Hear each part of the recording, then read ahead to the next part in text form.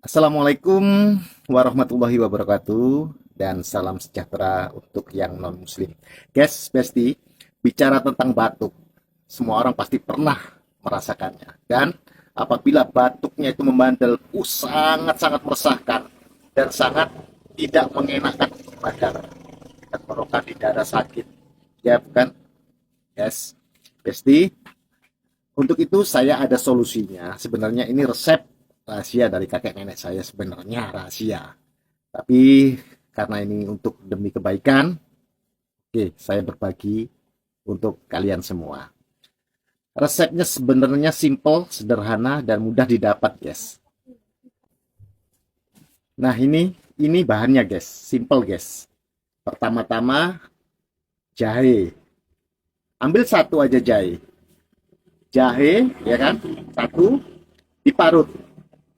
Setelah jahe diparut, ambil bawang merah. Bawang merah ya 3 biji nggak apa-apa, 3 siung. Nah, 3 siung gini, ya kan? Nah, ini udah saya siapkan guys sebagai tutorialnya.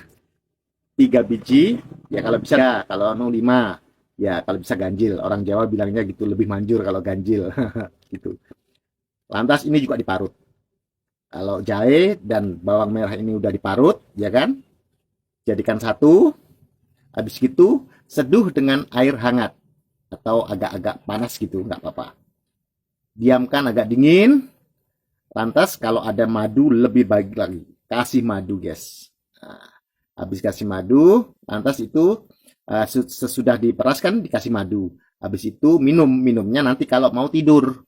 Ya, diminum kalau mau tidur. Lakukan ini, lakukan ini untuk gejala batuk yang parah yang membandel ya. 1 minggu. Insya Allah batuknya hilang. Batuk membandel pasti hilang. Pakai jahe, bawang merah diparut, dikasih air panas atau air hangat, lantas dingin, diperas, buang ampasnya, kasih madu.